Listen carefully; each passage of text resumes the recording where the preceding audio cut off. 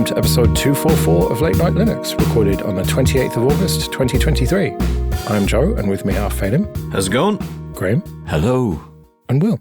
Hello. You're back from your holiday then, Graham? Yeah, I had a wonderful time. I saw the sun. It was great. Wow, we used to have that here once upon a time. Bloody Brexit. Let's do some news then. 5 years ago, Valve released Proton, forever changing Linux gaming. Can you believe it's been 5 years? It seems simultaneously yesterday and forever ago.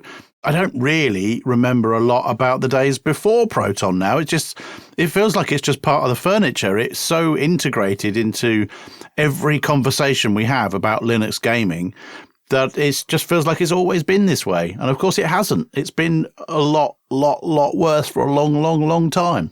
Well, this is from Gaming on Linux, and Liam points out in the article that there'd be no Steam Deck without Proton, which I think is a fair assertion. Yes, absolutely. And I'd love to hear the story, from Codeweaver's side, the people that fund a lot of wine development, and also used to be the only way of getting lots of games running on Linux with their kind of gaming products. And they worked closely with Valve to help incorporate Proton and feedback to Proton. I don't know if anyone's ever published or been in touch with them to ask, and whether they could even say, but it'd be wonderful to hear their end of the story as well. I still can't believe it's just 5 years. That doesn't seem right, because that makes it only 2018. And that's when I bought this PC. So did I start playing Proton almost straight away? Weird. Well, you only play Flight Gear, and isn't that native anyway? I don't just play Flight Gear. I play many games. Do you play Roblox?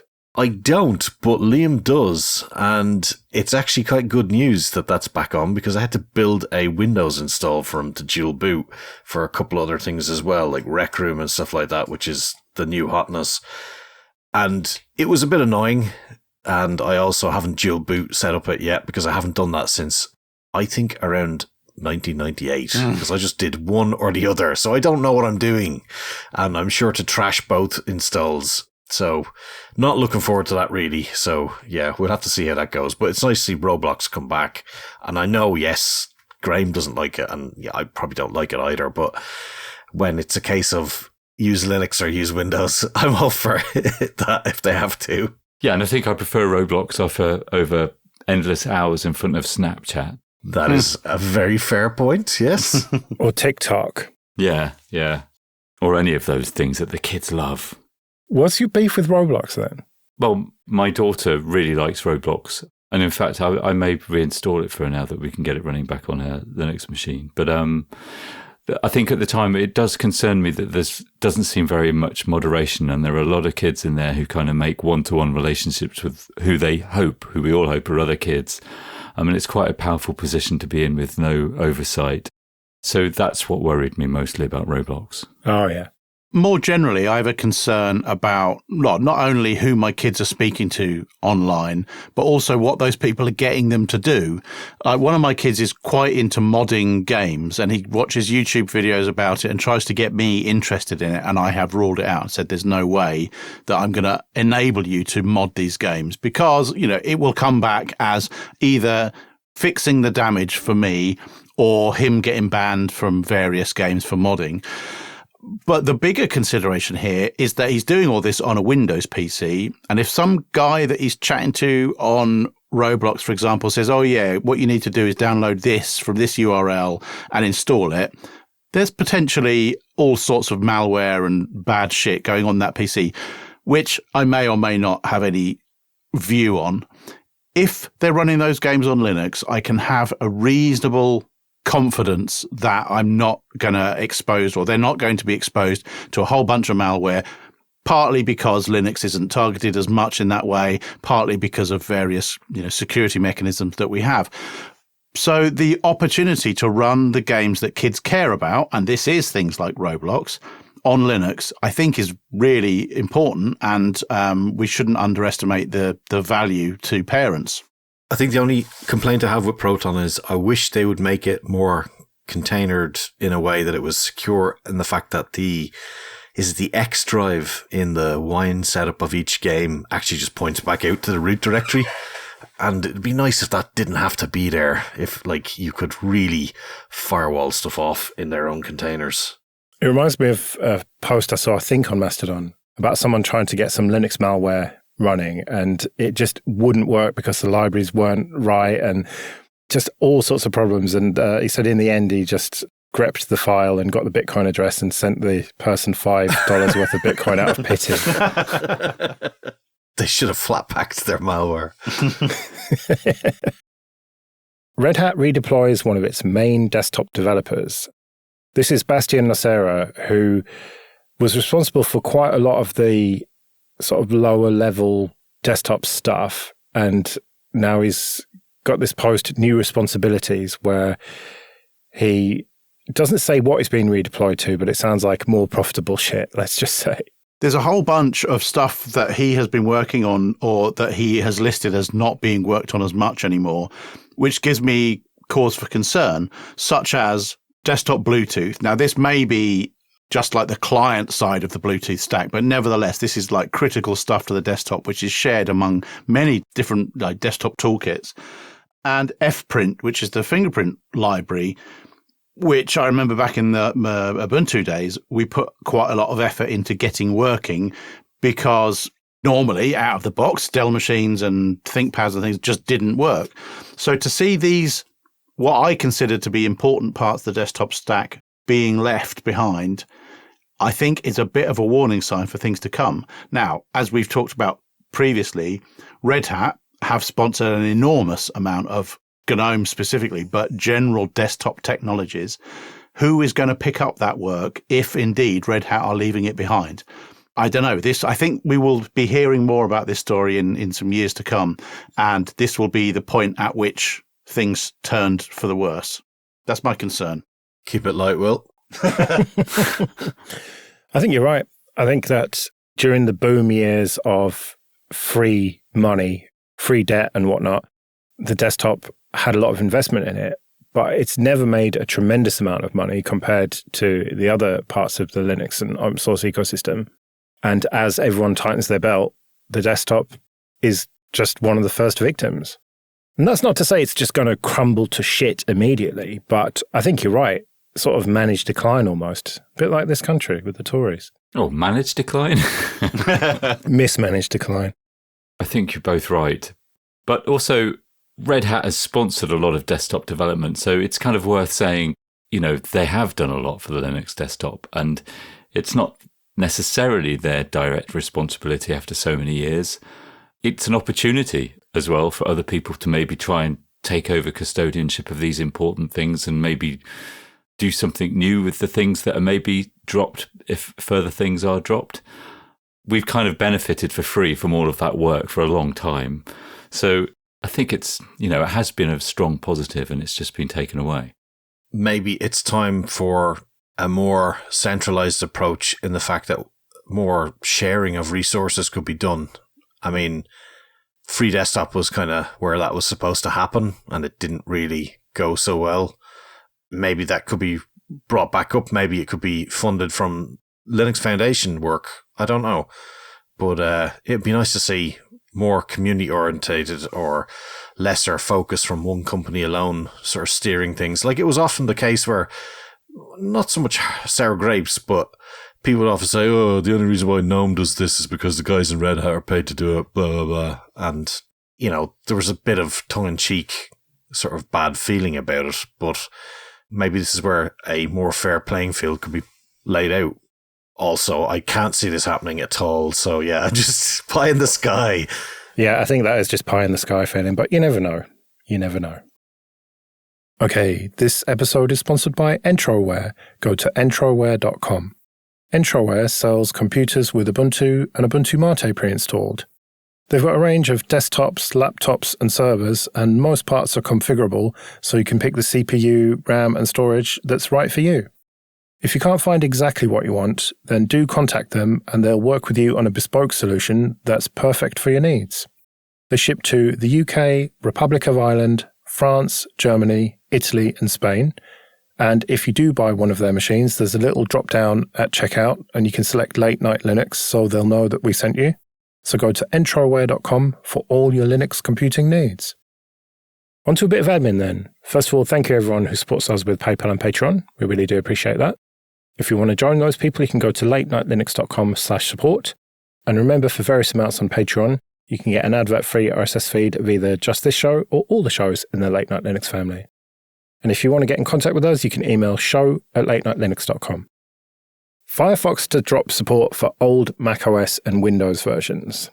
So if you look at the system requirements for Firefox 1.16 versus 1.15, they have dropped anything older than Windows 10. So Windows 7 and Windows 8 and 8.1. And also they were supporting way back to macOS 10.12, and now it's only 10.15 onwards.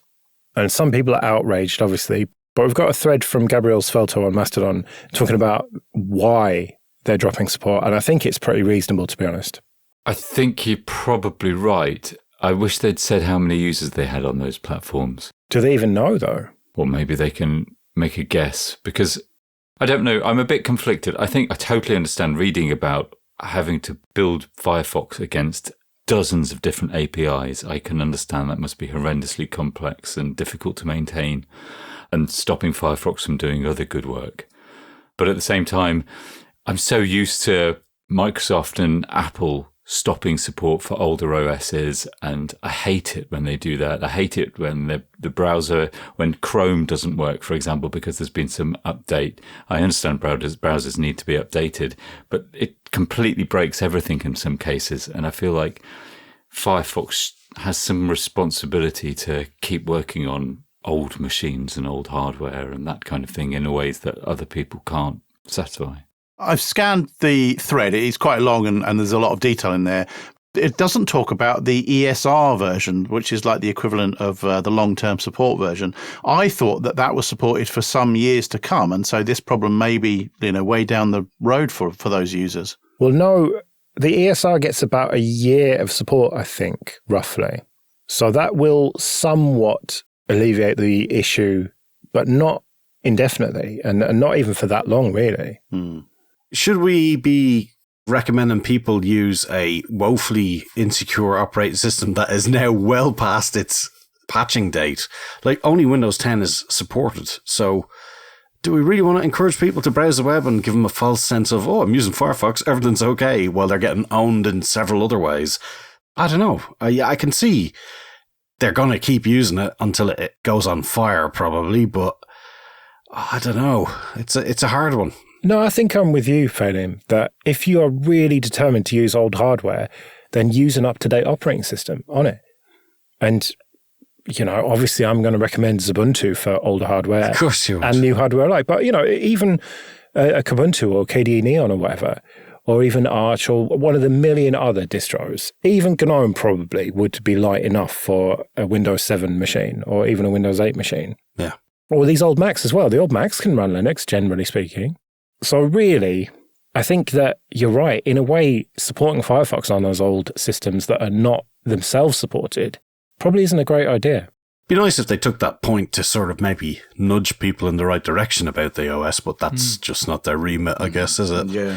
I would be expecting too much from them to just keep maintaining the browser, let alone help open source in general. It's a good idea, though. It would be nice to have a page, if you're stuck on Windows 7, here are your options. Yeah, I mean, nobody wants to see gear getting chucked in a landfill for no reason, bar just Redmond doesn't want to support the thing anymore. Yeah, when you open Firefox, it should just say something like, have you got a minute to talk about GNU/Linux? We've tried to reach you on your operating system's extended warranty. I don't know, though. Some people just refuse to move on, and there's people using XP and all sorts. I mean, that's perfect. What a use case for XFCE. I mean, it's literally made for them. I know, but if they just refuse to move off Windows 7, let's say, at least if the browser they're using is up to date, most vulnerabilities are going to come via the browser. So there is an argument that at least keep that up to date. It's not an easy one, but ultimately resources have decided this. And, they've decided to spend their resources doing ridiculous shit and not stuff like this. So close. So close. We were doing so well. Oh, well. The WordPress 100-year plan ensures that your stories, achievements, and memories are preserved for generations to come. One payment, 100 years of legacy, $38,000 for a WordPress.com website and domain for 100 years. Bargain. Sorry, is this the Patreon feed or are we on the... I mean, like, what? This is a fucking joke. I mean, it got to be the days when it used to be WordPress is doing well to survive one single update, let alone 100 years worth of them. They're obviously not using their own project to archive all this, and they're obviously going to archive it onto stone tablets. There's the funny thing. In the blurb for the product, it says that they will submit your site to the Internet Archive. Well, I will do that for you for only $37,000. Wait, do you accept checks? Please take my money, Will. I kind of understand the goal here, which is something that we've talked about on this show a few times, which is how do you ensure that your digital records and, you know, your photos and recordings of your podcast that you've made and all of this kind of digital heritage that people will carry around with them. How do you make sure that it's there so that when you die and your kids are going through your loft, they find this stuff and kind of see something of the person you were and the life that you have led? Like, I get it. This is a nice idea and a worthwhile endeavor. If I were to make a short list of the people who I would trust to look after this, WordPress would not be on that list. What version of Real Player would you need to install to watch some of the videos? It's just preposterous. Brilliantly, on their website, there is a link that says, do not sell or share my personal information. And you click on that and it redirects you to the same page you're already on. That's how seriously they take it. Well, they're crafting legacies 1 century at a time.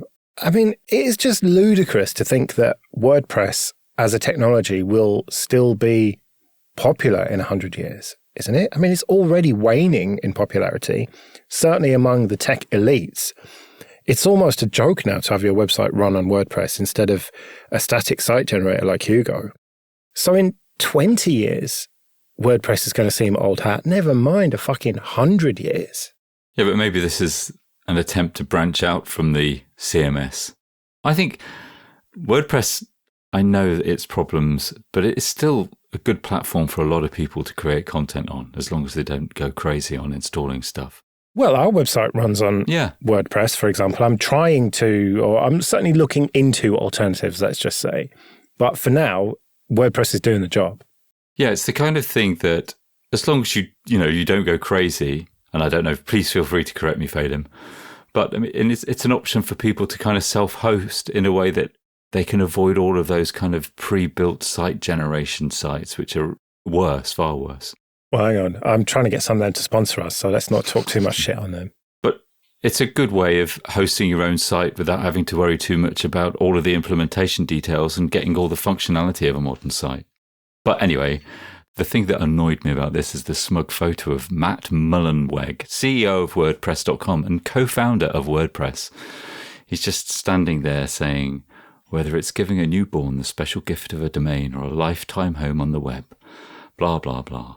It feels like an April the 1st webpage. It does, rather. Just wait till they're defrosting Walt Disney's brain and he's there asking if they've managed to get the fucking CSS to straighten up the page properly on his WordPress page. If this is a drive, a permanent archive for one's personal digital legacy, it is, as Alan Partridge would say, disconcertingly vague. There is very little in the way of like details about how they're going to do this. What happens if you don't get your 100 years? Maybe what happens if it goes bust after 20 years? Like, are you going to get your money back? Where does the data go?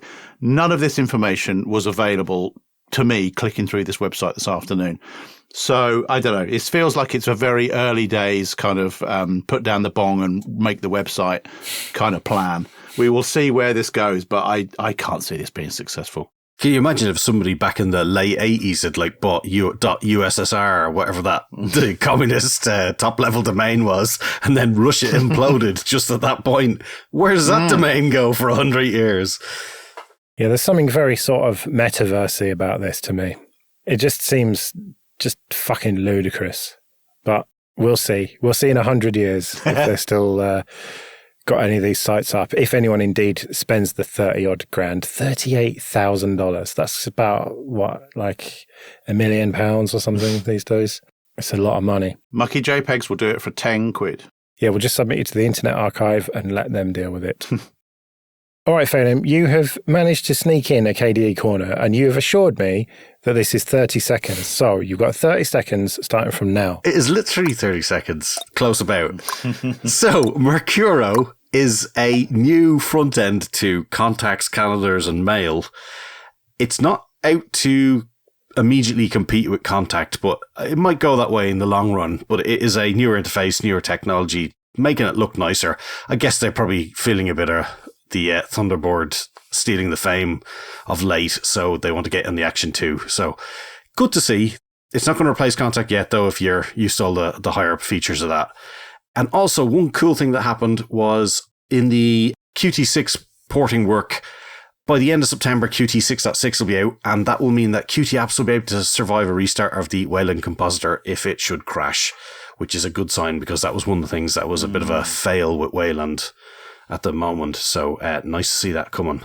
And that's it. See? Well, I think you did bring that in 30 seconds. Well done. Yes. Whew, stress. Right, well, we'd better get out of here then. We'll be back next week when we'll have some discoveries and who knows what else. But until then, I've been Joe. I've been Phelim. I've been Graham. And I've been Will. See you later.